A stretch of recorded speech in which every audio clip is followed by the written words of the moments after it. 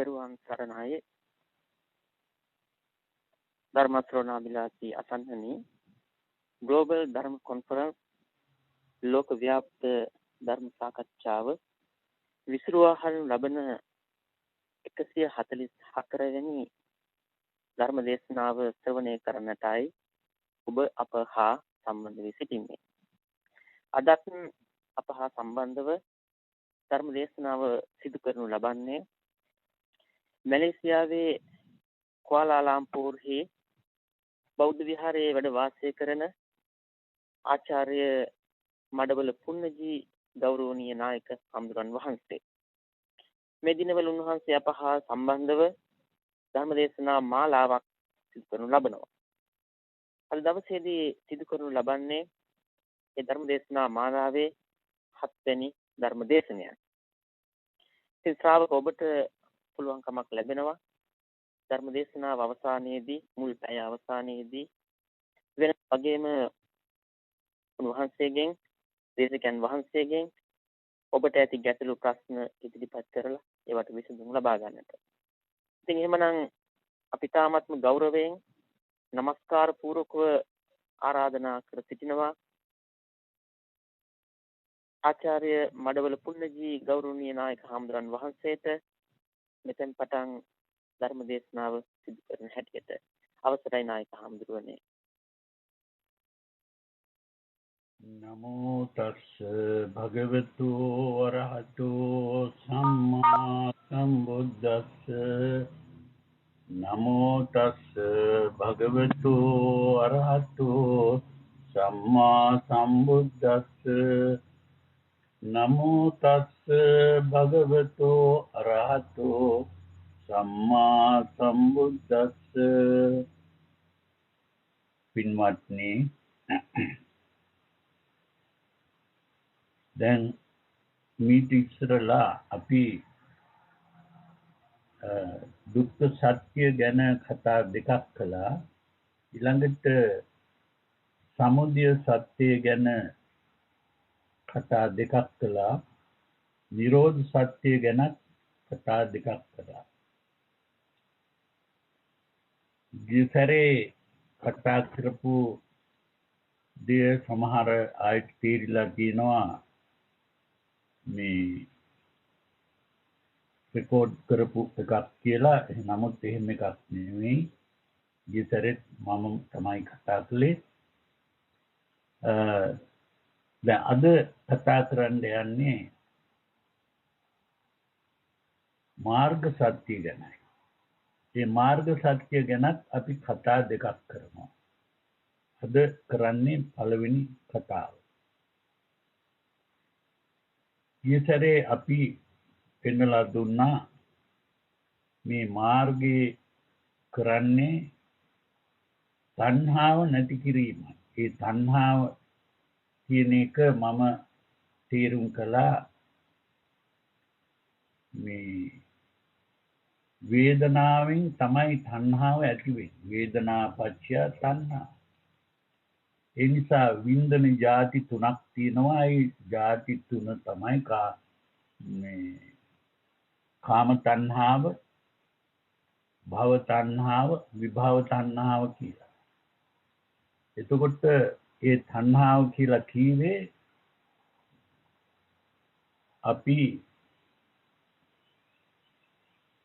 ඉංග්‍රීසියෙන් කියනවා ඕගනිසම් කියලා. ඕගනිසම් කියන්නේ මේ මැසිමක් වාගේ. නමුත් මැසිම කියන එක මිනිස්සුયો හදාපු දෙයක්. මේක ස්වභාවයෙන්ම ඇති වෙන දෙයක්. ඒ කියන්නේ දැන් ගහක් පැලවෙන්නේ ඇටයකින්. ඇටයක් පැල කරපුවාම ඒක ගහක් වෙලා යනවා. ඒ වාගේම මිනිස්සයත් ඇති වෙන්නේ ඒ වාගේ ඇටයක් වාගේ සුදු ඇහැටත් හරියට පේන්නේ නැති දෙයක්. ටිකෙන් ටික ලොකු වෙලා අවදින් තමයි මිනිස්සෙක් වෙන්නේ. නමුත් ඒ මනුස්ස ශරීරයත් තිරිසනෙක්ගේ ශරීරයත් ගහක පැලයක ශරීරයත් මැසිමක් වගේම තමයි වැඩ කරන්නේ. ඉතින් ඒ නිසා දැන් අපේ ශරීරයේ ඉන්ද්‍රයන් වලට මේ උත්තේජනය වෙනකොට ඒ ශරීරයේ ප්‍රතික්‍රියාවක් ඇති වෙනවා. ඒ ප්‍රතික්‍රියාව තමයි මේ ආසාව අකමැත්ත කියලා කියන්නේ. එතකොට මේකට මේ ඉංග්‍රීසි වචනයක් තියෙනවා අපි ඉමෝෂන් කියලා. අපි සිංහල වචනයක් හැටියට පාවිච්චි කරන්නේ චිත්තාවේග කියලා. ඒක චිත්තාවේගයක්. ආසාවත් චිත්තාවේගයක්, අකමැත්තත් චිත්තාවේගයක්. ඉතින් මේ ලෝභ ද්වේෂ මෝහ කියලා කියන්නේ මේකම තමයි. ඒ තණ්හාවම තමයි මේ ලෝභ ද්වේෂ මෝහ කියලා වෙන වචනකින් කියන්නේ. එතකොට මේ ලෝභ ද්වේෂ මෝහ නැති කිරීමනේ නිවන. ඒ වාගේ මේ තණ්හාව නැති කිරීම තමයි නිවන. එතකොට අපි මේ තණ්හාව නැති කරන්නේ කොහොමද කියන එකයි අපේ දැන් අද කතා කරන ප්‍රශ්නය. කොහොමද මේ තණ්හාව නැති කරන්නේ? අපි ඉස්සෙල්ලා තේරුම් ගන්න ඕන මේ තණ්හාව කියන එක අපි කරන දෙයක් නෙවෙයි. අපට වෙන දෙයක්. තණ්හාව කියන එක අපි කරන්නේ නැහැ. අපි හිතලා මම දැන් මේකට ආස කරන්න ඕන කියලා ආස කරනව නෙවෙයි.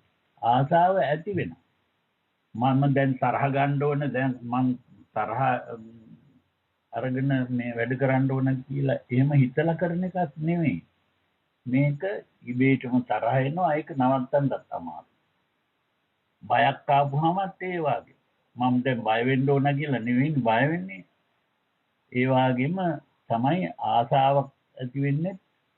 අපි ඕනකමින් කරන දෙයක් නෙමෙයි. ඒක ඉබේට වෙන්නේ. ඒ නම් ඉබේට වෙනවා කියවට ඒක හේතුවක් නැතුව වෙනව නෙමෙයි. හේතුවක් ඇතුව වෙන්නේ. අපිට මේ අද මනෝවිද්‍යාඥයෝ ඒ කියන්නේ බටහිර ලෝකේ ඇතිවෙච්ච මනෝවිද්‍යාඥයෝ හිතන ක්‍රමෙත් අපි ටිකක් සලකලා බලන්න ඕන. මේ සිග්මන්ඩ් ෆ්‍රොයිඩ් කියලා මනෝවිද්‍යාඥයෙක් ඒ දවස්වල දැන් නම් ජීවත් ඉන්නේ නැහැ. ඒ මනෝවිද්‍යාඥයා තමයි හිතුවේ මේ ආසාවල්, තරහවල්, බයවල්, සෝකවල් කියනවා මේ ශරීරයෙන්ම හටගන්න දේවල්. මේ ශරීරයෙන්ම හටගන්න නිසා ඒක නැති කරන්න බෑ. ඒ ආසාවල් වලට යම් කිසි පිළිවෙලකින් අපි ඒ ආසාව ඉෂ්ට කරන්න උත්සාහ කරන්න ඕන කියන තාලෙට තමයි ඒක කිව්වේ. නමුත් ඊට පස්සේ තව මනෝවිද්‍යාඥයෝ පිටසක් ඇති වෙලා ඒ ආයත කියනවා ඉංග්‍රීසියෙන් කොග්නිටිව් සයිකොලොජිස්ට් කියලා. ඒ අය තේරුම් ගත්තා මේ ආසාවල් තරහවල් කියන ඒවා ඇති වෙන්නේ මේ ශරීරයෙන්ම නෙමෙයි. ශරීරයත් ඒකට සම්බන්ධ වෙනවා. නමුත් මේවා මේ ශරීරයේම තමයි කල්පනා කරනවා කියන එකත් කෙරෙන්නේ. ඒ කල්පනා කරන ක්‍රමය අනුව තමයි ආසාව හරි තරහව හරි. ඒ කියන්නේ දැන් අපිට ඇස් අරිනකොට යමක් පෙනුනොත් ඒ පෙනෙන දේ ගැන අපි හිතන ක්‍රමේ අනුව තමයි අපට ආසාවක් හරි අකමැත්තක් හරි ඇති වෙන්නේ. අපි කවුරු හරි හතුරෙක් දැකපුවාම තරහක් එන්න පුළුවන්. එහෙම නැත්නම් කෙනෙක් මොනවා හරි කියනකොට අපි හිතුවොත් මේ මිනිස්සයා මට නිඳා කෙරුවා, මට මේ විරුද්ධව කතා කරුවා කියලා අපි තීරණය කෙරුවොත් තරහ එනවා. එතකොට ඒ කාරණේම තමයි අපිට බුදුරජාන් වහන්සේ ධම්මපදයේ මුල්ම ගාථාවේ පෙන්වන්නේ. මනෝ පුබ්බංගමා ධම්මා මනෝ කියන එකේ තේරුම අර කල්පනා කරන හැටි. මනෝ පුබ්බංගමා ධම්මා කියවේ කල්පනා කරන හැටි. ඒක పూర్ව කොට සිටිනවා. පුබ්බංගමා කියවේ එක. ඒ කියන්නේ මුල් වෙන්නේ කල්පනා කරන ක්‍රමේ. මනසාචේ අදුත්තේන භාසතිවා කරෝතිවා තතෝනම් දුක්ඛමංගේ. ඒ නරක පිළිවෙලට වැරදි පිළිවෙලට අපි කල්පනා කරනවා නම් ඒකෙන් අපිට ඒ මේ ඒ කල්පනාවෙන් අපි කතා කළොත් හරි ක්‍රියා කළොත් හරි ඒකෙන් ඇති වෙන්නේ දුක. Tamandat දුක ඇති වෙනවා අනුන්ටත් දුක ඇති වෙනවා. ඒ වගේම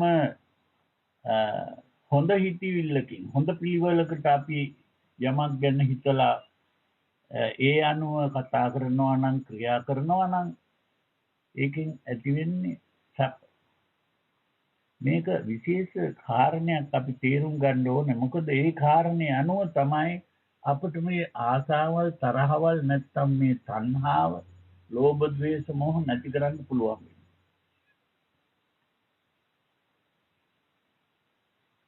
ඒ නිසා තමයි මේවා නැති කිරීම කරන ක්‍රමේ බුදුරජාණන් වහන්සේ පෙන්වුවේ සීල, සමාධි, ප්‍රඥා. ඒ කියන්නේ අපි යම් කිසි පිළිවෙලකට මේ අපේ පරිසරයේ වෙන දේවල් ගැන යම් කිසි ක්‍රමයකට අපි හිතනවා නම් ඒ හිතන ක්‍රමයේ අනුව තමයි අපිට ආසාව නැත්තම් තරහ නැත්තම් බය නැත්තම් ශෝකය නැත්තම් ඒ වාගේ මේ චිත්තාවේග ඇති වෙන්නේ.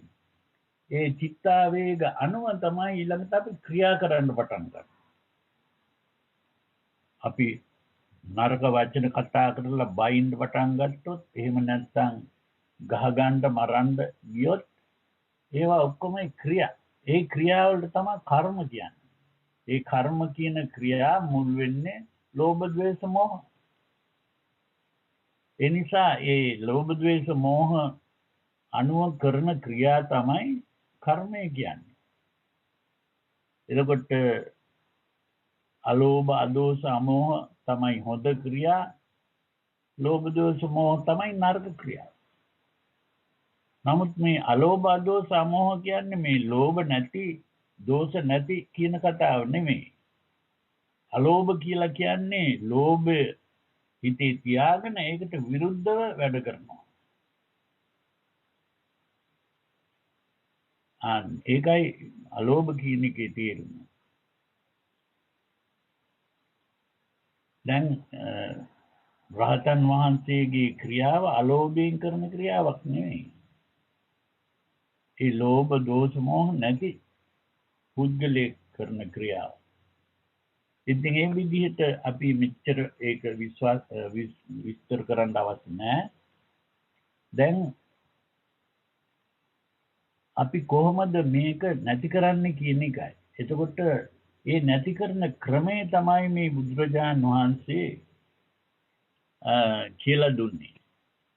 ඉතින් අපි තව ටිකක් මේක ගැන මම අර ඉස්සෙල්ලා කියලා තියෙන දේවල් නමුත් මම මේ අවස්ථාවේදී කියන්න වෙනවා මේක කවුරුවත් ඒව අහලා නැති කෙනෙක් අහගෙන ඉන්නවා නම් ඒක තේරුම් ගන්න. ඒ කියන්නේ අපි මේ ඉන්ද්‍රිය පහක් තියෙනවානේ. ඒ ඉන්ද්‍රිය පහේ අපි එකක් අරගමු ඇහැ කියලා. ඒ ඇහැට යමක් පේනවා නම් ඒ පේන එක මොලේට යනවා. මොලේට ගිහින් ඒ මොලෙන් අපි අදහසක් මවනවා. මොලෙන් කල්පනා කරලා අදහසක් මවනවා. ඒ අදහස මවාපුවාම ඒ අදහස අනුව තමයි අපිට ආසාවක් හරි තරහක් හරි ඇති වෙන්නේ. එතකොට දැන් මේ බුදුරජාණන් වහන්සේ හිත ගැන කතා කරනකොට වචන තුනක් පාවිච්චි කරවන්නේ චිත්ත, මනෝ, විඥාන කියලා. ඒ ඇහැට පේන එක තමයි චක්කු විඥාන. එතකොට කනට ඇහෙනවා නම් සෝත විඥාන. නමුත් මේවා මොලේට ගියාම අපි මොලෙන් කල්පනා කරලා අදහසක් මවනවා. ඒක තමයි මනෝ විඥානය කියන්නේ.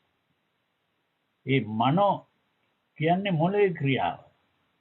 මේ ඇහෙනේවත් ඇහෙන් පෙනෙනේවත් කනෙන් ඇහෙනේවත් නාහිට දැනෙනේවත් දිවට දැනෙනේවත් ශරීරයට දැනෙනේවත් ඔක්කොම මොලේට යන්නේ. මේ මොලෙන් මේවා එකහුව කරලා කල්පනා කරලා අදහසක් මවනවා. නරක තාලෙට අදහසක් මැවුවොත් මේ මිනිස්සයා මට නිඳා කෙරුවා මේ එහෙම කියලා එතකොට කේන්ති යනවා.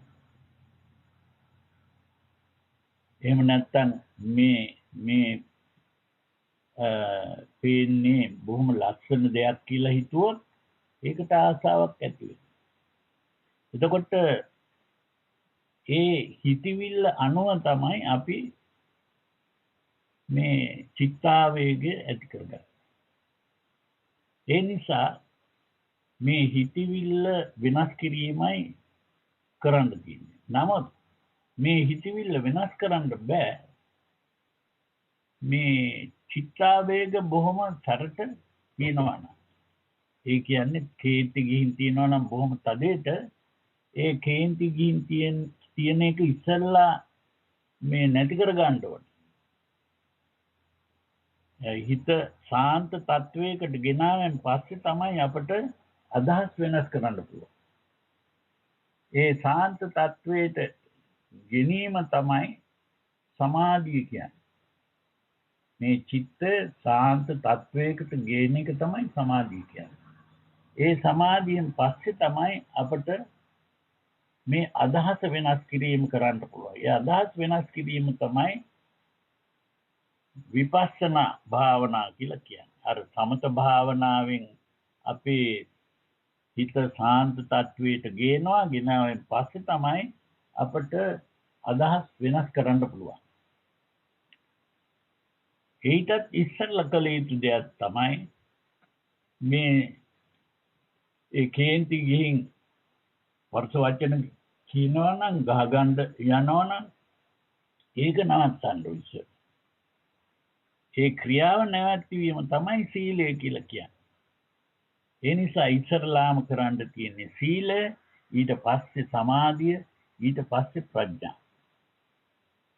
මේ ප්‍රඥාව තමයි හිතේ කල්පනාව වෙනස් කිරීම.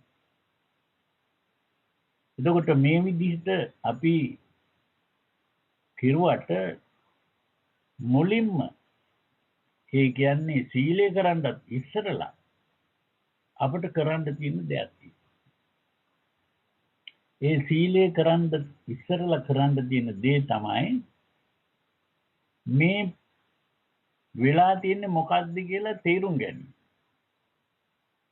ඒ කියන්නේ මෙතන මේ අපි කරන දේකුත් නෙමෙයි හේතුඵල ක්‍රමයෙන් හේතු නිසා යම් කිසි හේතු නිසා මේක මේ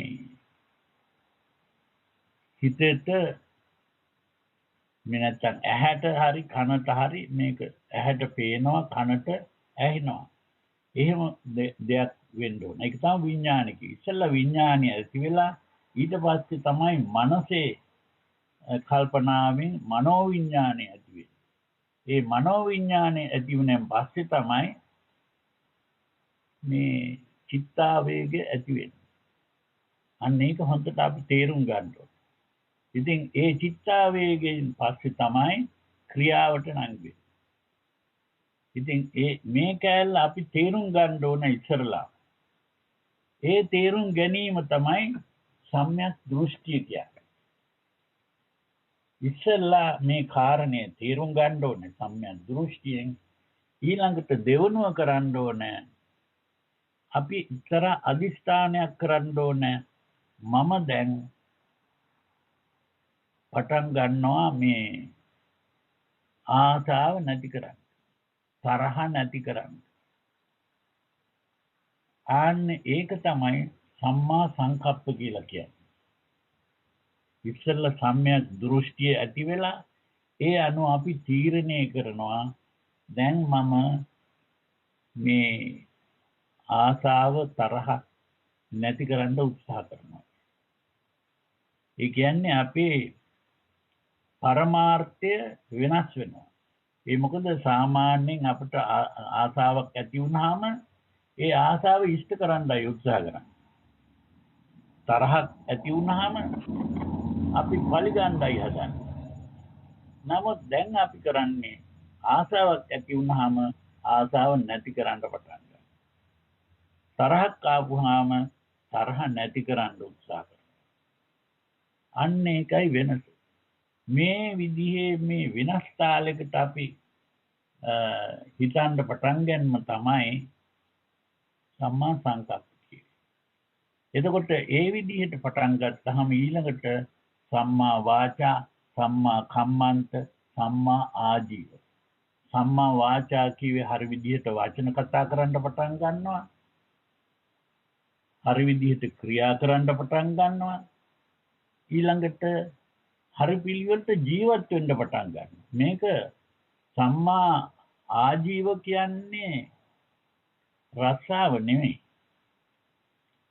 ඒකත් දැන් ඔය අටුවාචාර්යන්ගේ තීරුම් කරන ක්‍රමයක්. නමුත් එතන වැරද්දක් තියෙනවා. ඒ වැරද්ද තමයි මේ සම්මා ආජීව කියන්නේ රස්සාව නෙමෙයි. ජීවිකා කීවොත් රස්සාව. නමුත් මේ ආජීව කියන්නේ ජීවත් වෙන ක්‍රමය වෙනස් කිරීම.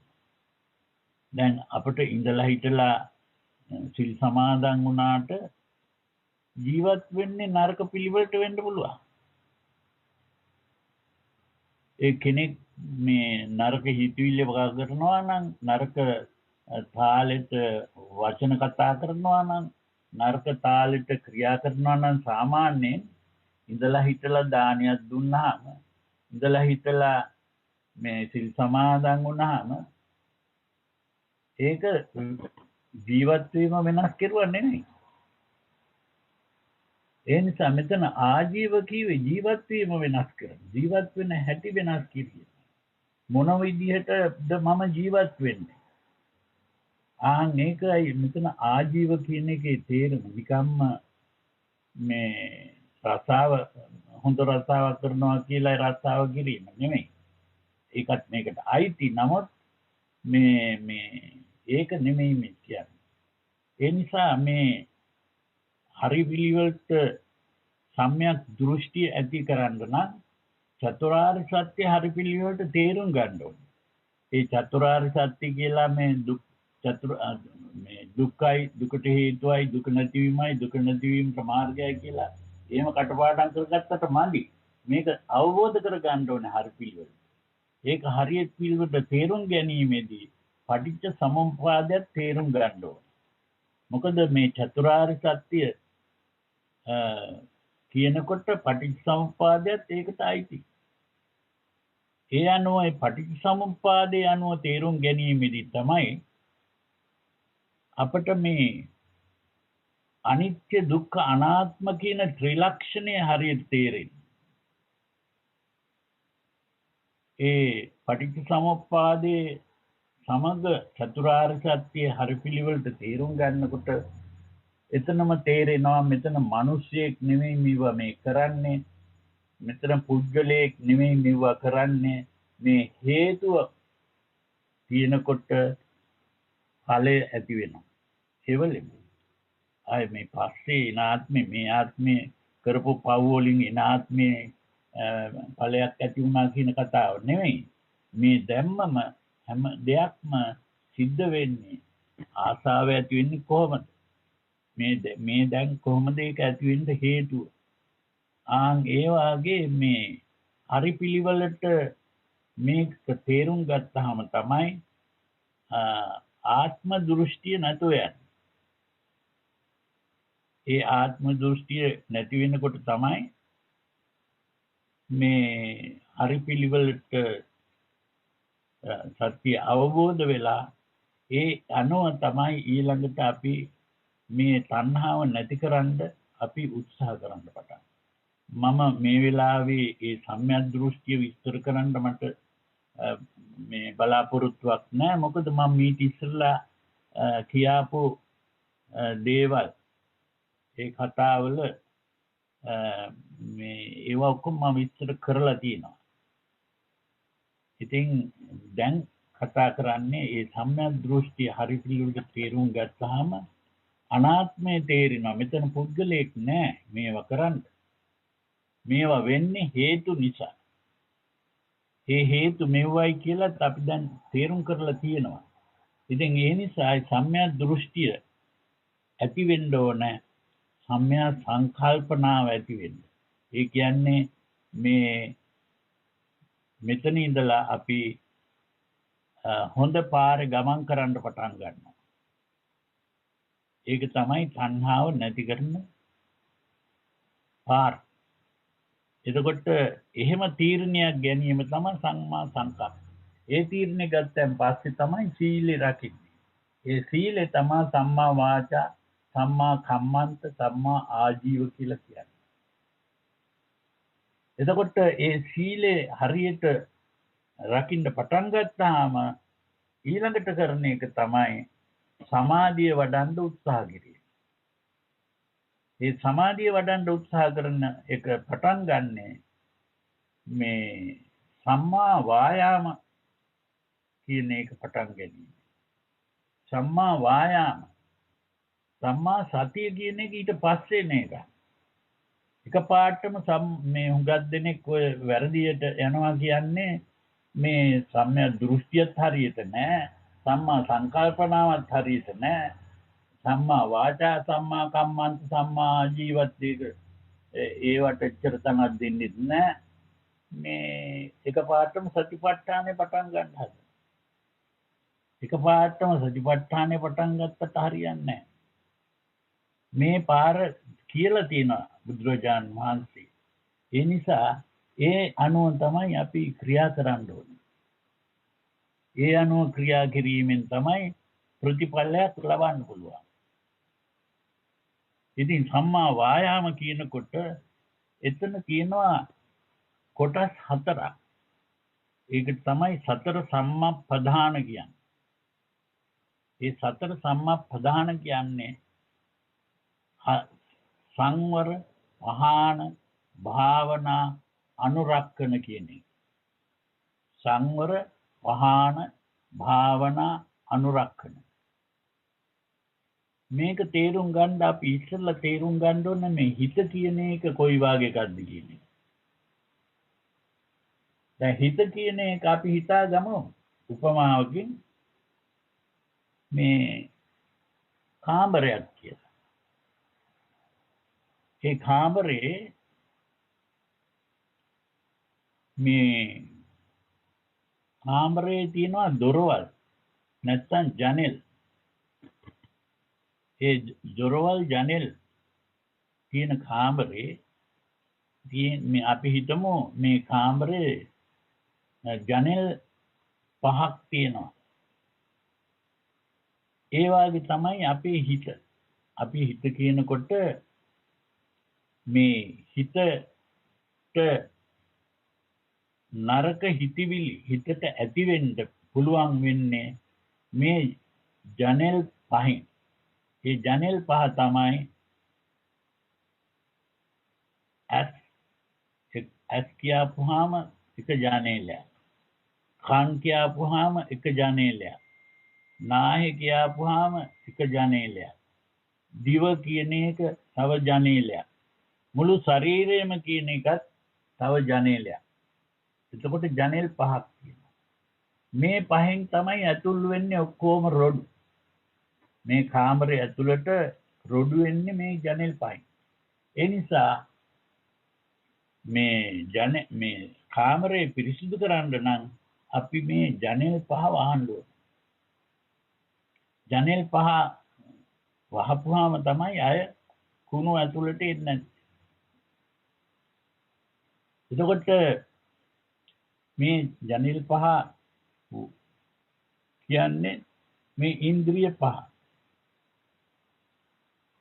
ඒ නිසා අපි ඉස්සල්ලාම කරන්නේ ඇතුළට රොඩු ඒම නවත්තන එක. ඊට පස්සේ කරන එක තමයි දෙවනුව කරන එක තමයි ඇතුළේ තියෙන රොඩු අරන් එළියට දාන එක. අන්න දෙවනුව. ඉතින් මේ විදිහට කෙරුවොත් කාමරේ පිරිසිදු වෙනවා. ඒ වගේම අපේ හිත පිරිසිදු වෙනවා. දැන් අපි පළවෙනි එක ගැන අපි හොදිස් කරලා බැලුවොත් මේ ඒ හිතේ ජනෙල් වැහිීමට තමයි ඉන්ද්‍රිය සංවරය කියලා කියන්නේ. ඒ ඉන්ද්‍රිය සංවරය කියන්නේ ඇහෙන් අපිට ඇස් වහගෙන කන් වහගෙන නාහෙත් වහගෙන දිවත් වහගෙන ශරීරයත් වහගෙන ඉන්න බෑ. ඒක කරන්න බැරි දෙයක්. එතකොට මේ ජනෙල් වහනවා කියන්නේ එහෙම එකක් නෙවෙයි. අපිට නරක හිතවිල්ලක් ඇතුළට එන්න හේතු තුනක් තියෙනවා. එකක් තමයි අපි ඇහැගත්තොත් ඇස් අරගෙන ඉන්න ඕන. ඇස් වහගෙන ඉන්නවා නම් ඇහෙන් එන දෙයක් ඇතුළට වෙන්න බෑනේ. ඒ නිසා අපිට ඇස් වහගෙන ඉන්නත් බෑ ජීවත් වෙන්න බෑනේ ඇස් වහගෙනම. ඒ වගේම දෙවනි කාරණේ තමයි ඇස් ඇරියත්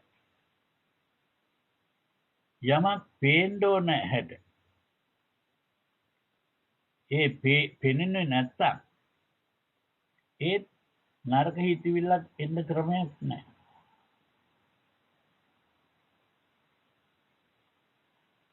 දැන් ඇස් වහගෙන ඉන්නත් බැරි නම් ඇස් අරගෙන ඉන්නකොට යමක් පෙනෙනවා කියන එක නවත්තන්නත් බැරි එකක්. දැන් ඔය මේ බුදුරජාන් වහන්සේ භාවනා කරන්න කැලේට යන්න ඕන කියපු කාරණෙත් ඒකයි. ඒ අර එතකොට වැඩි මේ නරක දේවල් පේන්නේ නැහැ කැලේ ඉන්නකොට. ආසාවල් ඇති වෙන ඒවත් තරහ ඇති වෙන ඒවත් එච්චර පේන්නේ නැහැ. ඒ නිසායි කැලේ ඉන්න එක ප්‍රයෝජනවත් කියලා කියන්නේ. ඒකයි මේ ආරණ්‍යගතෝ වා රුක්ක මූලගතෝ වා ශුඤ්ඤාගාරගතෝ වා කියන ඒ කතා වලින් කියවෙන්නේ ඒකයි. නමුත් හැම වෙලාවෙම ඒක කරන්න බෑ. ඒ දැන් පින්නපාත යනකොට ඒ කැලේ හිටපු හාමුදුරුවොත් යන්න ඕන මේ සාමාන්‍ය ජනතාව ඉන්න තැන්වල. එතකොට පේන්න පුළුවන්. ඒ නිසා ඒ දෙවනි කාරණේ තමයි ඇහැට යමක් පේන එක. ඊළඟ තව තුන්වෙනි කාරණයක් තියෙනවා. ඒ තුන්වෙනි කාරණේ තමයි ඇස් ඇරියත් යමක් පෙනුනොත් ඒක ගැන හිතන එක. ඒක ගැන හිතන්න පටන් ගත්තාම තමයි අපිට මේ හිත පිරිසිදු වෙන්න පුළුවන්. හිත අපිරිසිදු වෙන්න පුළුවන්. ඒ හිත අපිරිසිදු වෙන්නේ අර හිතන ක්‍රමයේ අනුව. ඒ නිසා මෙතන විශේෂයෙන් පාලනය කරන්න පුළුවන් දේ තමයි හිතන ක්‍රමය. ඒ හිතන ක්‍රමේ පාලනය කිරීම තමයි ඉන්ද්‍රිය සංවරය කියලා කියන්නේ. එතකොට ඇහැට පෙනුනත් අපි මේක හරි ලස්සනයි කියලා හිතන්නේ නැහැ. කැත දෙයක් පෙනුනත් මේක හරි කැතයි කියලා හිතන්නේ නැහැ. ඒක ගැන කොහොමදවත් හිතීම නවත්තලා අහක බලා ගන්න.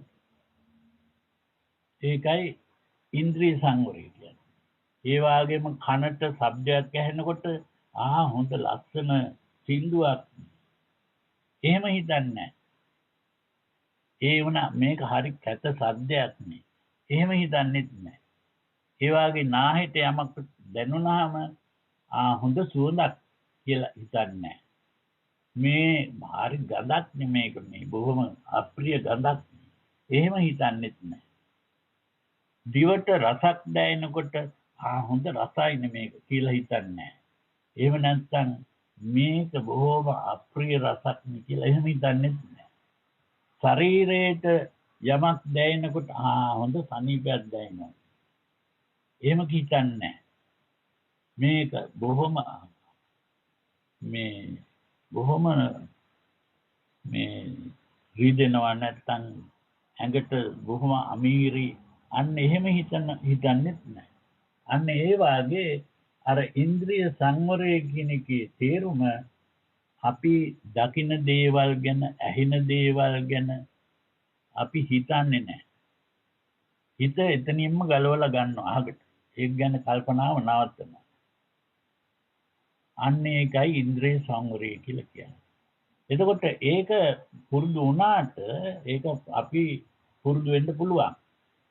නමුත් ඒක ලේසි නෑ. නමුත් අමාරුවෙන් හරි අපි පුරුදු වෙනවා නම් ඊළඟට තව වෙන වැඩක් තියෙනවා. නරක හිතවිලි ඒ ඉන්ද්‍රිය මාර්ගයෙන් ඇතුළට ගියේ නැතත් මතකක් එන්න පුළුවන් ඊයේ දැකපු ඒවා, පෙරේද දැකපු ඒවා, ගිය මාසේ දැකපු ඒවා. එතකොට මොකද වෙන්නේ? එතකොට අපි මේ මතක අනුව හිතන්න පටන් ගන්නවා. ඒ නිසා ඒ දෙවෙනි කාරණය තමයි අර හිතේ නරක හිතවිල්ලක් තියෙනවා නම් වහා මේක අයින් කරනවා කියලා කියන්නේ අර මතකේ හිතට එනකොට වහාම ඒ මතකේ හිතෙන් අහක් කරන්න. එතකොට ඒ මතකයේ හිතින් අහක් කිරීම තමයි ප්‍රහාණය කියන්නේ. එතකොට මතකයෙන් හිත අහක් කිරීම අමාරු වෙන්න පුළුවන්. ඒකට තමයි අපි ඒකට විරුද්ධ හිතවිලි වගා කරන්න පටන් ගන්න. මොනවද විරුද්ධ හිතවිලි කියන්නේ? දැන් ආසාවක්, කාම ආසාවක් එනවා නම් ඒක මතකයක් උඩයි ඒක තියෙන්නේ. හිතේ රූපයක් ඇඳිලා තියෙනවා. මතක කියන්නේ හිතේ රූපයක් ඇඳිලා තියෙනවා. ඒක හිතෙන් අහක් කරන්න නම් අසුභ භාවනාව පුරුදු කරන්න. ඒක තමයි අත්තිමස්මින් කායකේ සලෝමානකා දන්තා ඒ වාගේ හිතවිලි වගා කිරීම තමයි අර මේ මතකය හිතෙන් අහක් කරන්නේ. ඒ වාගේම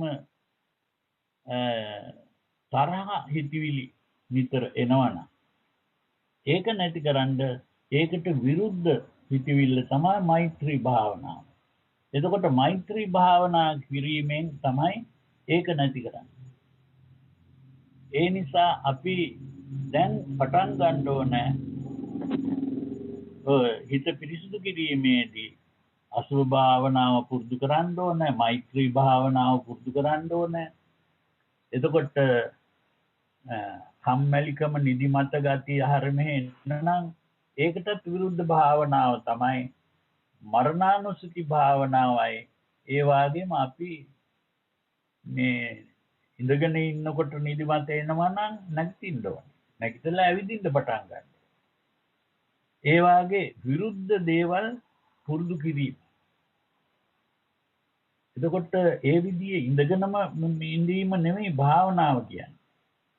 තිත්තං චරන් නිසින්නෝවා සයානෝවා කියලා කියන්නේ ඒ කියන්නේ හිටගෙන ඉන්නත් පුළුවන්, ඇවිදමින් ඉන්නත් පුළුවන්, ඉඳගෙන ඉන්නත් පුළුවන්, හාන්සි වෙලා ඉන්නත් පුළුවන්.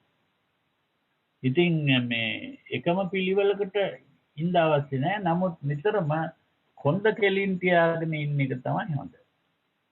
ඒ කොන්ද කෙලින් තියාගෙන ඉඳීමෙන් මේ නරක හිතවිලි වලට ඉඩක් එන්නේ නැහැ. ඒකයි ඒකේ විශේෂ එක. ඒ මොකද මේ ශරීරයේ හරි පිළිවෙලට තියෙනකොට නරක හිතවිලි එන්නේ නැහැ.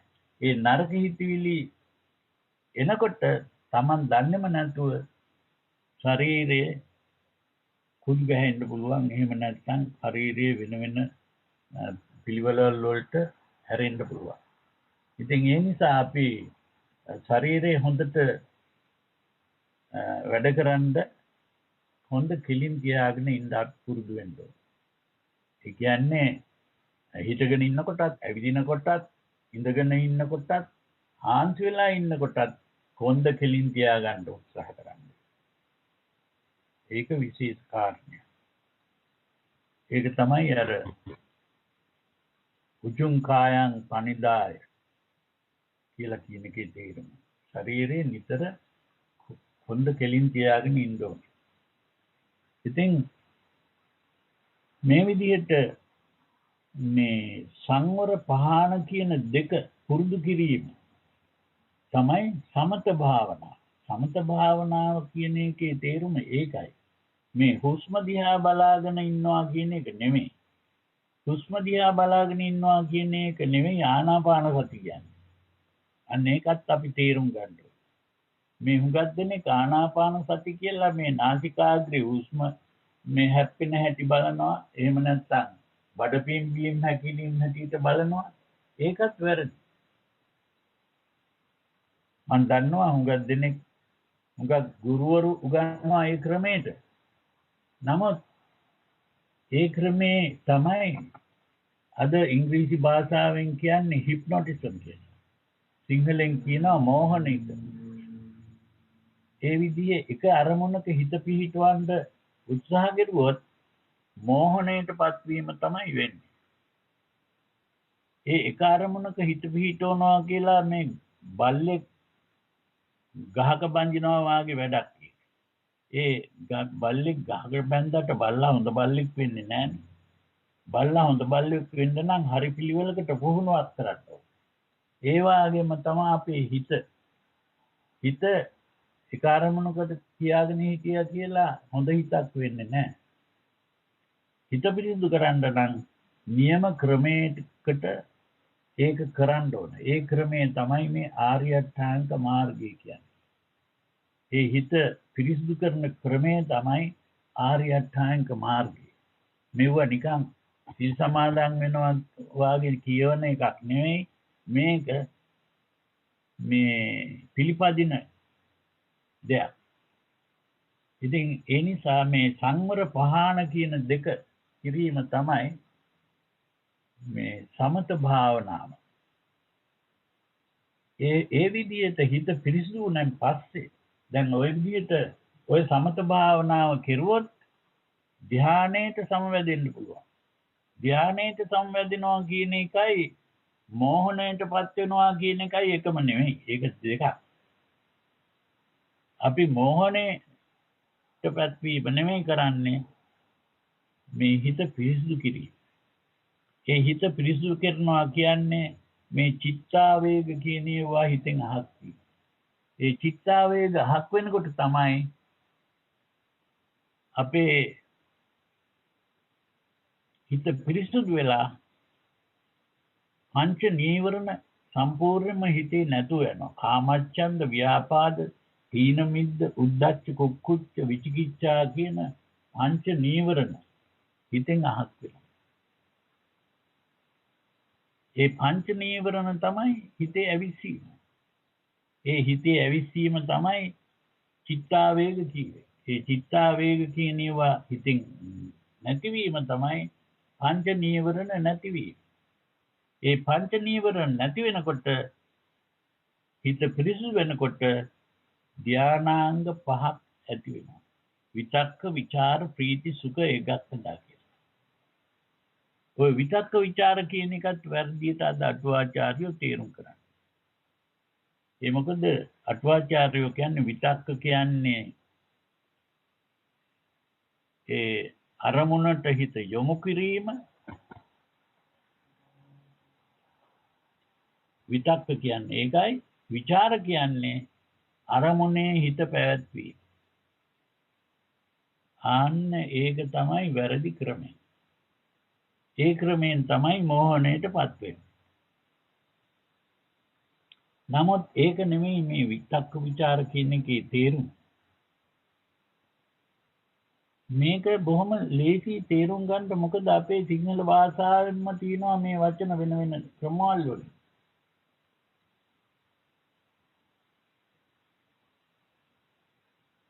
දැන් විතර්ක කියන එකේ තේරුම තර්කයක්. විතර්ක තර්කයක්. විචාර කියන එක අපි සිංහලෙන් අහන මොකද්ද විචාරණ කියලා. විචාරණා කියන්නේ ප්‍රශ්න කරනවා. ප්‍රශ්න කිරීමයි විචාරණා කියන්නේ. එතකොට විතක්ක කියන්නේ තර්කානුකූලව තීරණයක් ගන්නවා.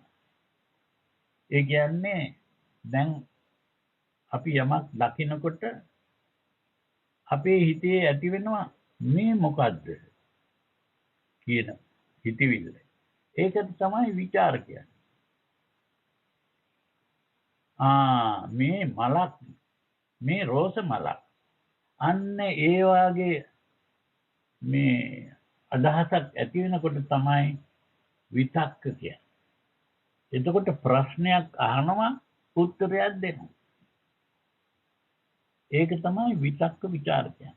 අපි අදහසක් මවනකොට හැම වෙලාවෙම ප්‍රශ්න ඇහිීමකුයි උත්තර දීමකුයි තමයි. ඒ ප්‍රශ්න ඇහිීමයි උත්තර දීමයි තමයි විතක්ක ਵਿਚාර. දැන් අපි භාවනා කරනකොට අපි මේ හුස්ම ගැන භාවනා කරනකොට අර කියනවනේ පරිමුඛං සතින් උපට්ඨපෙත්වා සතෝ අස්ස සති සතෝ පස්ස සති. ඒ සිහියෙන් හුස්ම ඇතුළට ගන්නවා සිහියෙන් හුස්ම පිට කරනවා. එතකොට අපේ ප්‍රශ්නේ තියෙනවා මේ මොකද්ද? මේ හුස්ම ඇතුළට ගැනීම.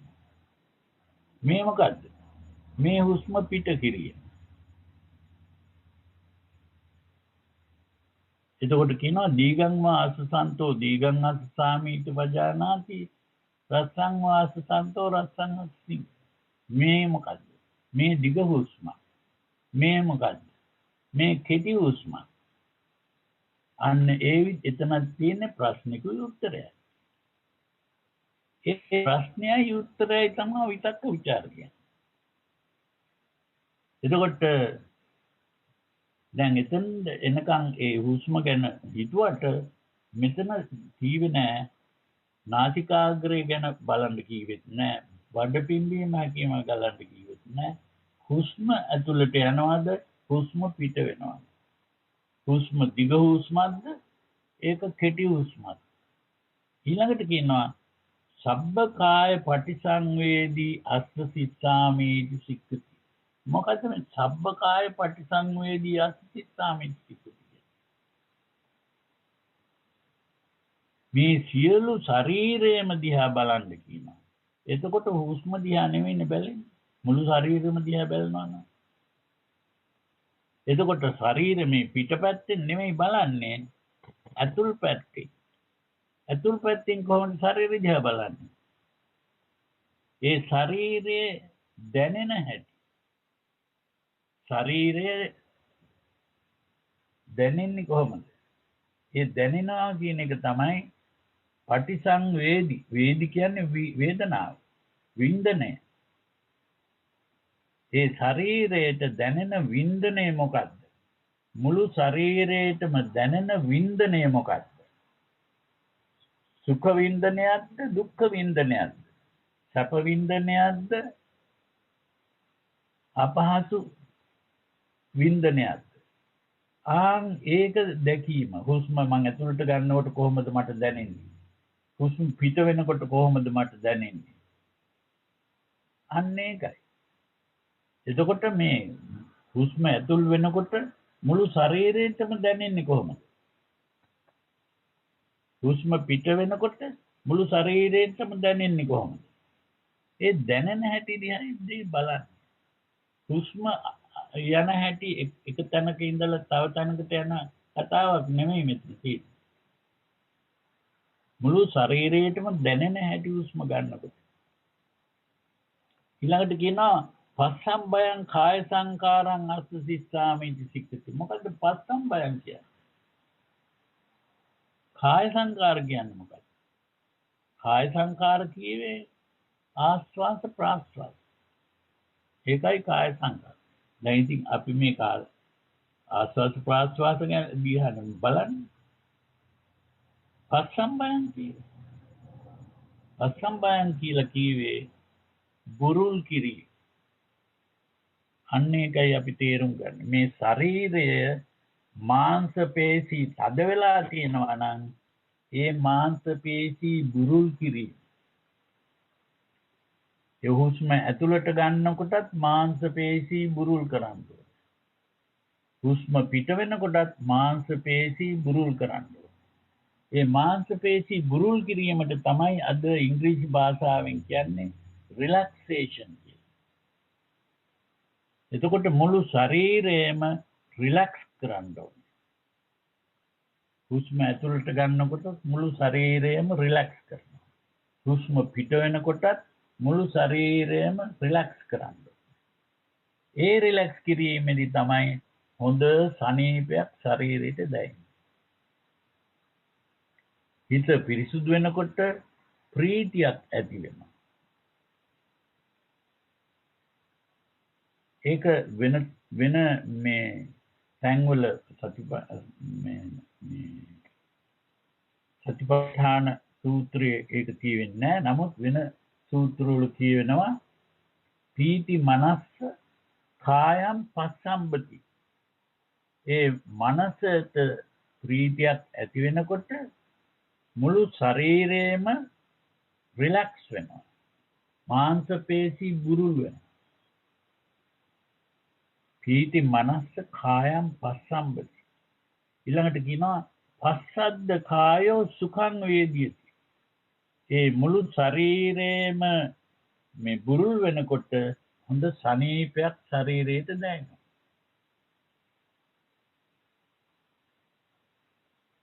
ආන්නේකයි. එතකොට පීති මනස්ස කායම් පස්සම්බති. එතකොට ශරීරය බුරුල් වෙනකොට පස්සද්ද කායෝ සුඛං වේදියති. ඒ ශරීරය බුරුල් වෙනකොට හොඳ සනීපයක් ශරීරයට දැනෙනවා.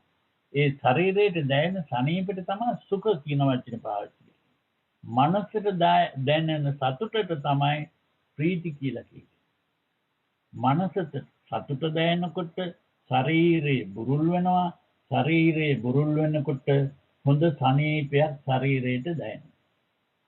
ඒකයි ඒ කිව්වේ. සුඛිනෝ චිත්තං සමාධියති. ඒ ශරීරයට අනීප දැනෙනකොට හිත සමාධියටපත් වෙනවා. සමාධියටපත් වෙනවා කියන්නේ හිතේ නිශ්චලතාවයට පැමිණෙනවා. ඒ කියන්නේ හිතල සාන්ත නිශ්චලතාවය ඇති වෙනවා. ඒක තමයි ඒකග්ගතා කියන වචනේ තේරුම. ඒ සමාධිය කියන්නේ චිත්ත ඒකාග්‍රතාව කියලා තේරුම් කරලා තියෙනවා. ඒ චිත්ත ඒකාග්‍රතාව කියන්නේ එක අරමුණක හිත පිහිටවනවා කියන කතාව නෙවෙයි. මෙතන හිත නිශ්චල වීම. ඒ හිත නිශ්චල වෙනකොට සමාහිතේ චිත්තේ ධම්මං පාසු භාවෝ. ධර්මය හිතට ඇති වෙනවා. මොකද්ද ධම්මං පාතු භාවෝ කියන්නේ? ධම්ම කියන එක අපි තේරුම් ගන්න ඕනේ ඉස්සෙල්ලා කියාපු ක්‍රමයට චක්කු රූප සෝත ශබ්ද ගාන ගන්ධ જીවහා රස කාය පොට්ටබ්බ මනෝ ධම්ම. මේක තේරුම් ගන්න. ඒ කියන්නේ ඇහැට පේන දෙයට තමයි රූප කියන්නේ. කනට ඇහෙන දෙයට තමයි ශබ්ද කියන්නේ. නාහෙට දැනෙන දෙයට තමයි ගන්ධ කියන්නේ. දිවට දැනෙන එකට තමයි රස කියන්නේ. ශරීරයට දැනෙන එකට තමයි පොට්ටබ්බ කියන්නේ. ඒ වාගේ මනසට ඒ මොලේ අදහස් මෙවන එක තමයි මනස කියන්නේ. ඒ මනසට දැනෙන දේ තමයි ධම්ම. ඒ කියන්නේ අදහස්. කල්පනා කිරීමෙන් ඇති වෙන්නේ අදහස්. මනස තමයි කල්පනා කරන්නේ. එතකොට මනස කීවේ කල්පනා කිරීම, ඒ කල්පනා කරනකොට ඇති වෙන්නේ අදහස්. තමයි ධම්ම. එතකොට ඒ හිතේ තියෙන අදහස් පේන්න පටන් ගන්නවා. ඒ කියන්නේ හිත ශාන්ත තත්වයට ආපුවාම හිතේ තියෙන අදහස් පේන්න පටන් ගන්නවා. ඒ කියන්නේ හිතේ මොනවා ඇති වුණත් ඒ හිත නෙමෙයි එතන මනසේ. ඒ මනසෙට මොනවා හරි ඇති වුණත් ඒ මනසේ ඇති වෙන දේ තමයි ධම්ම. එතකොට එහෙමම කියනවා යථා භූතම් පජානාති. යථා භූතම් පජානාති කියන්නේ ඇත්ත ඒ සතියට බැකීම කියන කතා නෙමෙයි. ඒකත් වැරදි තේරුම් කියනවා. යථා භූත කියන්නේ යම් කිසි පිළිවෙලකට ඒක ඇති වුණා නම් ඒ පිළිවෙල දැකීම. ඒ කියන්නේ ඇති වෙන හැටි දැකීම. ඒ ඇති වෙන හැටි දැකීම තමයි පටිච්ච සමුප්පාදය කියන්නේ. ඒ යථා භූත ඥානය තමයි පටිච්ච සමුප්පාදය දැකීම. ඒ පටිච්ච සමුප්පාදය දැකීම තමයි එතන ධර්මයේ දැකීම කියන එකෙත් තියෙන්නේ. එතකොට ඒ නිසා ඒක පිළිවෙලට තේරුම් ගන්න ඕනේ. එතකොට මේ විදිහට තමයි විපස්සනාවට හැරෙන්නේ. එතකොට අර සමත භාවනාව කියන එක හරියට පුරුදු කරනකොට හිත සාන්ත තත්වයකට එනවා. ඒ හිත සාන්ත තත්වයට එනකොට තමයි අපි හොඳ හිතවිලි වගා කරන්න පටන් ගන්නෙ. ඒ හොඳ හිතවිලි කියපුවාම මොකටද හිතවිලි කියවේ? බොජ්ජංග. සප්ත බොජ්ජංග. ඒ සප්ත බොජ්ජංග කියන්නේ සති, ධම්මවිච, විරිය, පීති, පස්සද්ධි, සමාධි, උපේක්ඛා. එතකොට ඒ සප්ත බොජ්ජංග වැඩිවීමට තමයි විපස්සනා භාවනා කියන්නේ. විපස්සනා භාවනා කියන්නේ මේ නිකම්ම සතිපට්ඨානය කිරීම නෙමෙයි. සතිපට්ඨානෙන් තමයි පටන් ගන්න. සති, ධම්මවිච, විරිය, පීති, පස්සද්ධි, සමාධි, උපේක්ඛා. අවසාන වෙන්නේ උපේක්ෂාව. එතකොට සතියෙන් පටන් ගන්න උපේක්ෂාවෙන් අවසාන වෙනවා. නමුත් සති කියන්නේ මොකද්ද? අද හුඟක් මේ ඉංග්‍රීසි භාෂාවෙන් කියන මයින්ඩ්ෆුල්නස්. නමුත් මයින්ඩ්ෆුල්නස් කියන වචනේ අර නියම භාෂාවේ නෑ. ඒක නෙමෙයි වචනේ. මේ සති කියන එක තේරුම් කිරීම තමයි බුදුරජාණන් වහන්සේ සතිපට්ඨානෙම පෙන්නනවා. අර ආනාපාන සති කියන්නේ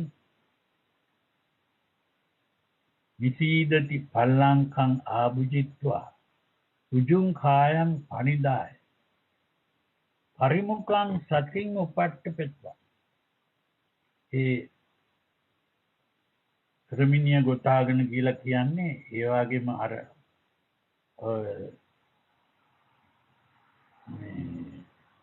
යෝග ඉඳ ගැනීමක් තියෙනවානේ. ලෝටස් කියලා ඒ කියනවා එකට. ඒ කියන්නේ කකුල් දෙක එක පිළිවෙලකට තියාගෙන ඉඳ ගන්නවා කියන එකයි. එතකොට ඒ විදිහේ ඉඳගෙන කොන්ද කෙලින් තියාගෙන ඊළඟට පරිමුඛං සතින් උපට්ඨපෙත්වා කියන වචනේ තියෙනවා. ඒ පරිමුඛං සතින් උපට්ඨපෙත්වා කියන්නේ අද අටුවාචාර්යෝ තේරුම් කරන්නේ මේ මුඛ කීවේ කට කීවා, පරිමුඛ කීවේ කට වටේට කීවා, කට වටේට කීවේ උඩුතොල කීවා, උඩුතොල කීවේ නාසිකාග්‍රේ කීවා. ඔන්න ඔය තාලට තමයි තේරුම් කරන්නේ. නාසිකාග්‍රේ හුස්ම මේ හැප්පීම තමයි දිහා බලාගෙන ඉන්නේ. ඒක සම්පූර්ණ වැරදි තේරුම් කිරීම. මේ පරිමුඛ පරිමුඛ කියන වචනේ මේ කට කියන වචනේ නෙමෙයි තියෙන්නේ. මුඛ කීවේ මෝනට. එතකොට ඒ මෝන කියන එක දැන් මේ මැලේසියන් භාෂාවේ මෝන කියන එකට කියන්නේ මුඛ කියලා තමයි. ඒක මං ඒ මැලේසියාවේදී කතා කරනකොට එයායි කියන්න පටන් ගත්තා මේ අපේ භාෂාවෙනුත් මේ මුඛ කියන්නේ මෝනට කියලා. ඒ මොකද ඒ ඉස්සර මේ මං හිතන්නේ මුල් තේරුම තමයි මේ මුඛ කියන්නේ මෝන කියන එක. දැන් අපි තව වචන කියනවානේ ඒ අනුව කියන වචන තමයි ප්‍රමුඛ අභිමුඛ. මොකද්ද ප්‍රමුඛ කියන්නේ? පේලියට මිනිස්සු හිටෙවොත් ඉස්සරලාම මිනිස්සයා ඉන්නේ ප්‍රමුඛ ස්ථාන. ඒ කියන්නේ පළවෙනි මෝන තියෙන තැන ප්‍රමුඛ. එතකොට අභිමුඛව ඉන්නවා කියන්නේ මොකක්ද? මෝනෙන් මෝන බලාගෙන ඉන්න එක තමයි අභිමුඛ කියන්නේ. එතනත් මෝන ගැනයි මේ මුඛ කියේ. ඒ වගේම තමයි පරිමුඛ කියේ. පරි කියන්නේ අවට කියන එක. පරිසරය කියන්නේ ඒ වගේ පරි කියන්නේ අවට. ඉංග්‍රීසියෙන්ත් තියෙනවා පෙරිමීටර් කියලා එහෙම කියන්නේ. ඒ පෙරි කියන එකම තමයි මෙතන පරි කියන්නේ. එතකොට අවට මෝන අවට කියන්නේ මේ මෝන වටේට කියන එක නෙවෙයි. මෝන අවට කියන්නේ ඇහැට පේන දේවල් වලට හිත යොමු කරනවා නම්, කනට ඇහෙන ශබ්ද වලට හිත යොමු කරනවා නම්, නාහෙට දැනෙන ගඳ සුවඳ වලට හිත යොමු කරනවා නම්, ශරීරයට මේ දිවට දැනෙන රස වලට හිත යොමු කරනවා නම්, ශරීරයට දැනෙන ස්පර්ශ වලට හිත යොමු කරනවා නම්, ඒක තමයි පරිමුඛං සතින් කියන්නේ. සති කීවේ මේ හිත මේ යොමු කරලා තියෙන තිබීම පරිමුඛ. මේ ඒ කියන්නේ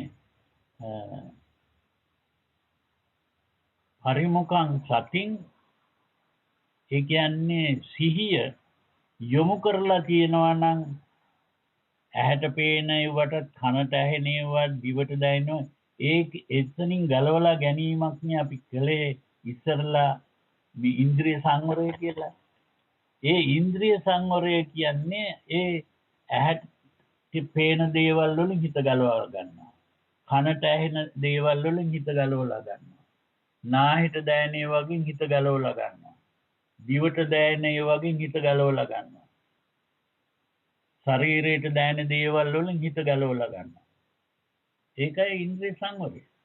ඒ පරිමුඛං සතින් උපට්ඨපෙත්වා ඒ යොමු කරලා පිටට යොමු කරලා තියෙන සිහිය ඇතුළට යොමු උපකීවේ ඇතුළ උපට්ඨපෙත්වා කීවේ ඇතුළට පිහිටවන ඇතුලේ පිහිටවන ඒ ඇතුලේ පිහිටවීම තමයි කායානුපස්සන වේදනානුපස්සන චිත්තානුපස්සන ධම්මානුපස්සන කියලා කියනවා. එතකොට ඒ හිත ඇතුළට යොමු කිරීම ගැනයි අපි කතා කරන්නේ. එතකොට ඒ විදිහට ඇතුළට යොමු කරන්නේ මොකද? ඒ කියන්නේ දැන් අපි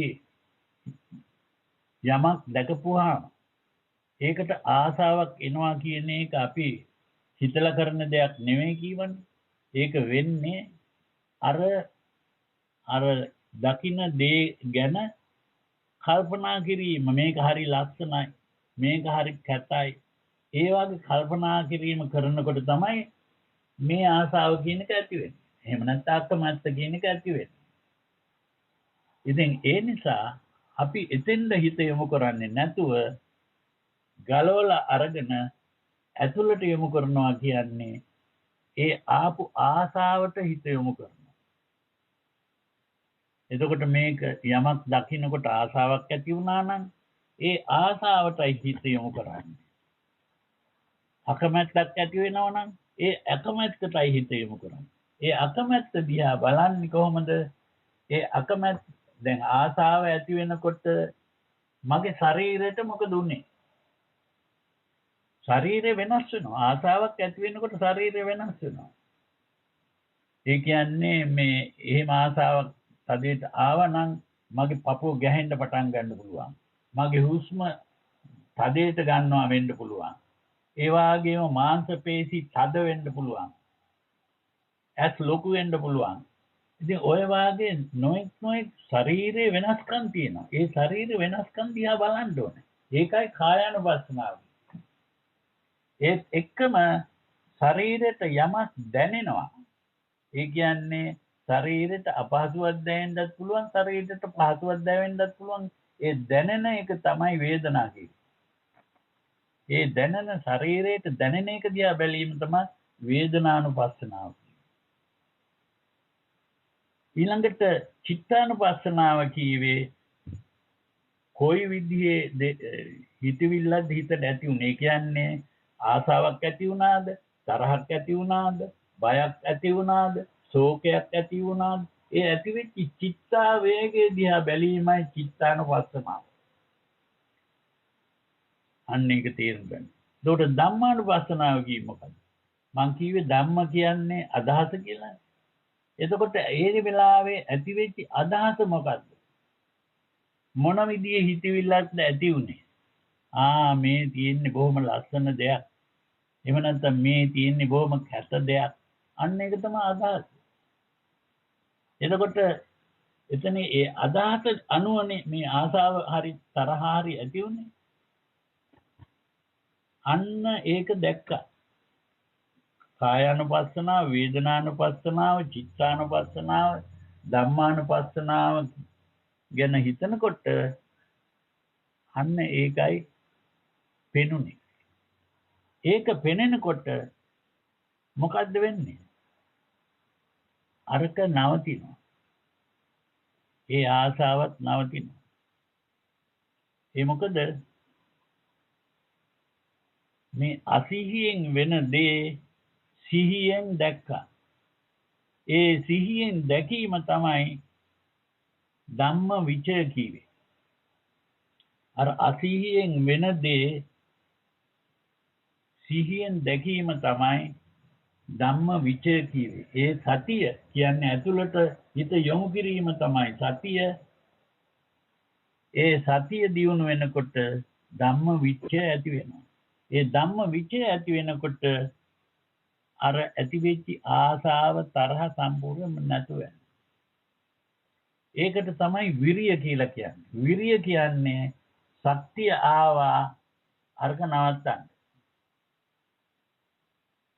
ඒ ඇති වෙන ආසාව හරි තරහ හරි ශෝකේ හරි බය හරි නවත්තන්න ශක්තිය ආවා. ඒකයි විරිය කියන්නේ. ඒ ශක්තිය එනකොට හිත පිරිසුදු වෙනවා. ඒ හිත පිරිසුදු වෙනකොට ප්‍රීතිය ඇති වෙනවා. ඒ ප්‍රීතිය ඇති වෙනකොට පස්සද්ධි කියන්නේ ශරීරේ බුරුල් වුණා. ඒකයි පස්සද්ධි කියන්නේ. ඒ ශරීරේ බුරුල් වෙනකොට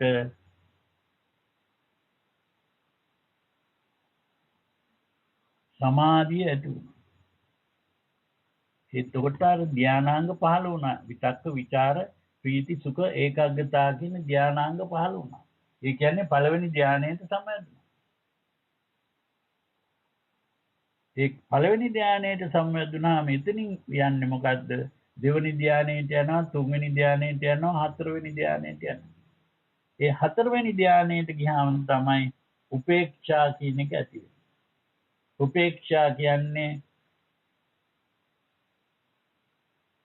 ඉක්කති.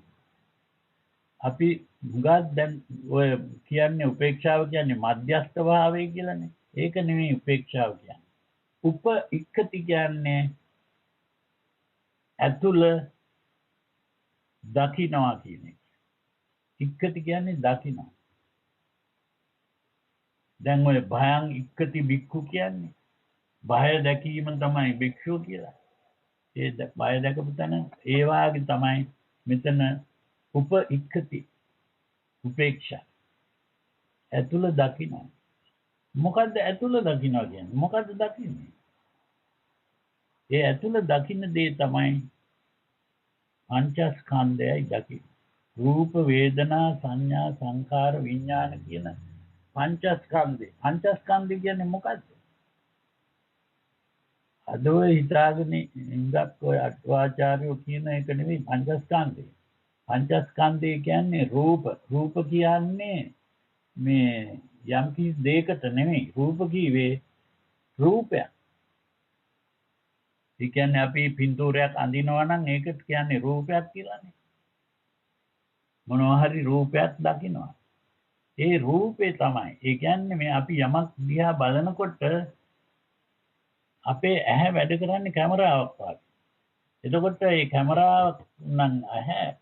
එතකොට ඒ දකින්න දේ කියලා අපි හිතාගෙන හිටියට මේ කැමරාව ඇතුළේනේ රූපයෙන් තියෙන්නේ. එතකොට ඒ රූපේ කියන්නේ මේ අපේ හිත ඇතුළෙම තියෙන දෙයක්. ඒකයි රූපේ කියවේ එකට. ඒක දෙයක් නෙමෙයි ඒක රූපයක්. එතකොට ඒකයි රූප කිය. නමුත් අපට ඒක දෙයක් වගේ පේන්නේ. පිට තියෙන දෙයක් වගේ පේන්නේ. ඒ පිට තියෙන දෙයක් වගේ පෙනුනට එතන රූපයක් විතරයි තියෙන්නේ. ඒ නිසා ඒ රූපය හැඳිච්ච හැටි තමයි ඊළඟට මේ පෙන්නන්නේ වේදනා සංඥා සංඛාර විඥාන කියන. වේදනා කීවේ ඒ රූපය දැකීමෙන් ඇතිවන වින්දනය. වින්දනය කීවේ සතුටක් ඇති වුණාද දුකක් ඇති වුණාද එහෙම නැත්නම් දෙකටම නැති දෙයක් වින්දනයක් ඇති වුණාද ඒ දෙකටම නැති වින්දනයක් තමයි අදුක්ඛම සුඛ කීවේ. ඒ කියන්නේ ඒ වින්දනය තමයි වේදනාව. එතකොට සංඥා කීවේ මොකේද? සංඥා කීවේ අපි ඇහැ අරිනකොට අපට රූපවල පේන්නේ නැහැ. ඉස්සරලාම පේන්නේ පාට පමණයි. අන්න ඒක අපි තේරුම් ගන්න ඕනේ. අපේ මේ අද මේවා ගැන ඉගෙනගත්තු අය අද නවීන ක්‍රමයට ඉගෙනගත්තු අය ඒක දන්නවා. මොකද්ද මේ ස්නායු ආලෝකය මේ ඇහැට වැටෙනකොට මේ ඇහි තියෙන ස්නායු වාගයක්. ඒ ස්නායු වලට මේ ආලෝකය වැටෙනකොට පේන්නේ පාටවල්. ඒ පේන පාටවල් තමයි මෙතන සංඥා කියන්නේ. ඉතින් අපිට නිල් පාට පෙවුනොත් ඒ නිල් පාට තමයි සංඥා. රතු පාට පෙනුනොත් රතු පාට තමයි සංඥා. ඒ වාගේ අපිට අරිනකොට පාටවල් හතක් තියෙනවා පේන. ඒවා තමයි මේ දේදුන්න දකින්නකොට පේන පාටවල්. ඒවට තමයි ඉංග්‍රීසියෙන් කියන්නේ violet, indigo, blue, green, yellow, orange, red කියන. හතක් තියෙනවා. ඒ පාටවල් තමයි පේන්නේ. ඒ පාටවල් පේනීම තමයි ඇහෙන් බලනකොට කනට ඇහෙනකොට ශබ්දවත්. එතකොට ඒ ශබ්ද වුණත් අපි වෙනස් ක්‍රමයකට මේ එක එක ශබ්දවල වෙනස්කම් තියෙනවා. ඔය සංගීත ඉගෙන ගන්නකොට ඒවා ඉගෙන ගන්නවා. දැන් අපි සිංහලෙන් සංගීත ඉගෙන ගන්නවා නම් සරිගම පද නිස කියලා ඒ ශබ්දවල හතක් මෙතන පෙන්නන්නේ. ඒ වාගේ ඒකේ වෙනස්කම් තියෙනවා. කුරුළු සද්දේ කියලා එකක් තියෙන්න පුළුවන්.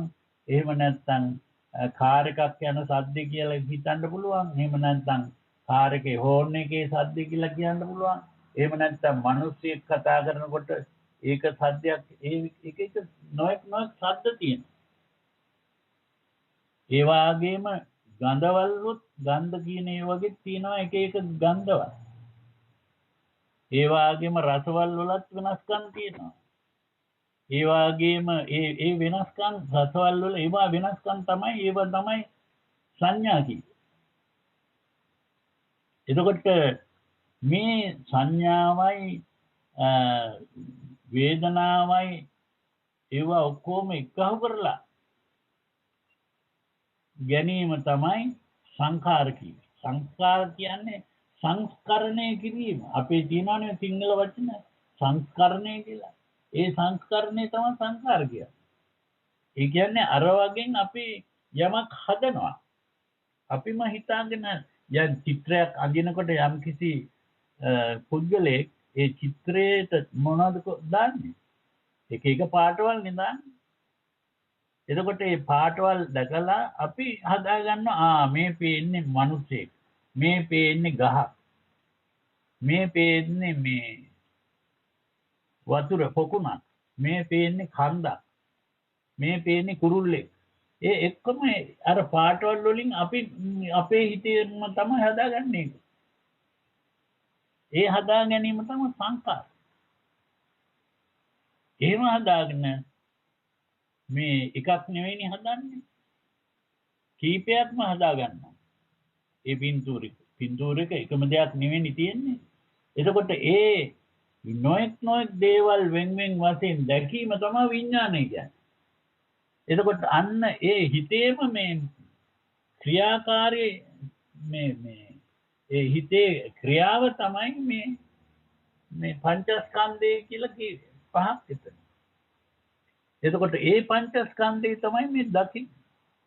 ඇතුළ බලනකොට පේන්නේ එතන ඇතුළ බැලීමක් කියන එක මේ විශේෂ එකක්. ඒ ඇතුළ බැලීම ඇතුළ බැලිලා යම් කිසි ක්‍රමයකට ඒක හරියට පංචස්කන්ධය දැකීම තමයි ප්‍රඥාව කියලා කියන්නේ. ඒ පංචස්කන්ධය දැකීමෙන් තමයි අපි අනිත්‍ය දුක්ඛ අනාත්ම කියන්නේ වැටහෙන්නේ. ඒකයි ප්‍රඥාව. එතකොට ඒ ප්‍රඥාව ඇති වෙනකොට අපට අපේ හිත වෙනස් වෙනවා. ඒ මොකද්ද? මේ භවයෙන් මිදෙනවා. භවය කියන්නේ තියෙනවා, ඉන්නවා කියන එකයි භව කියන්නේ. දැන් පොතක භවති කියන්නේ පොත තියෙනවා කියන එක. ඒ වගේම මම ඉන්නවා. දැන් පොත කියන එක පිට දෙයක් හැටියටයි අපි දකින්නේ. මම කියන එක මම ඇතුලේ. එතකොට මම කියන එක හැදිච්ච හැටිත් දකින්නවා. මේ පිට දේවලුත් හැදුනේ කොහොමද කියලා දකින්නවා. එතකොට ඒ දැකීමෙන් ඒක තේරුම් ගැනීමෙන් භවයෙන් මිදෙනවා. ඒ භවයෙන් මිදීම තමයි විමුක්තිය කියන්නේ. ඒ භවයෙන් මිදුණාම තමයි ඒ විමුක්තිය ඇති වුණාම තමයි නිවන කියන එක ඇති වෙන්නේ. නිවන කියන්නේ හිතේ නිශ්චලතාවය. ඒ හිතේ නිශ්චලතාවය ආය සැරයක් චලනය වෙන්න බෑ. ඒකයි නිවන කියන්නේ. අකුප්පා චේතෝ විමුක්ති කියන්නේ ඒකයි. ඒ චිත්තයේ කෝපයෙන් මිදුණා.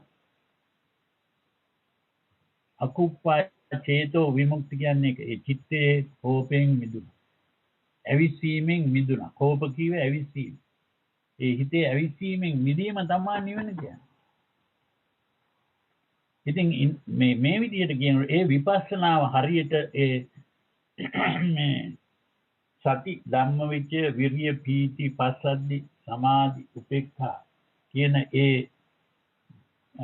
සතර සම්මප්පදාන දියුණු වෙනකොට තමයි නිවනපත් වෙන්නේ. නිවනටපත් වෙන්නේ. ඉතින් මේ විදිහට අපි ආර්ය අෂ්ටාංග මාර්ගයේ ගමන් කරන හැටි මම ඔය කියුවේ. එතකොට ඒ විදිහට අපි ගමන් කිරීමෙන් තමයි අපිට මේ දුකෙන් මිදෙන්න පුළුවන් වෙන්නේ. මීට වඩා මං හිතන්නේ අද කියන්න අවශ්‍ය නැහැ. මේක තීරුම් කෙරුවා. නමුත් අනිස්සරේටත් අපි මේ මාතෘකාවම තමයි ටිකක් වෙනස් කරලා අපි ගෙනියන්නේ. දැන් අද මේ සැරේ ආර්ය අෂ්ටාංග මාර්ගයේ තීරුම් කෙරුවා. ඒ නමුත් මේක තවදුරටත් අපි විස්තර කරනවා අනිස්සරේ. ඒක නිසා දැන් මෙතනින් අපි අවසන් කරනවා.